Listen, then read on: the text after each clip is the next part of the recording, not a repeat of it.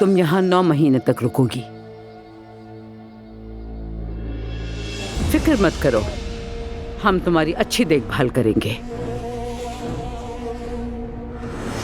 मेरे पोते को जन्म देने के बाद उसकी निशानी मुझे दोगी, उसके बाद हम तुम्हें मार देंगे। अल्लाह का वास्ता है, मुझे जाने दे। जिंदान में डाल दो इसे। ऐसा ना करे, मैंने आपका क्या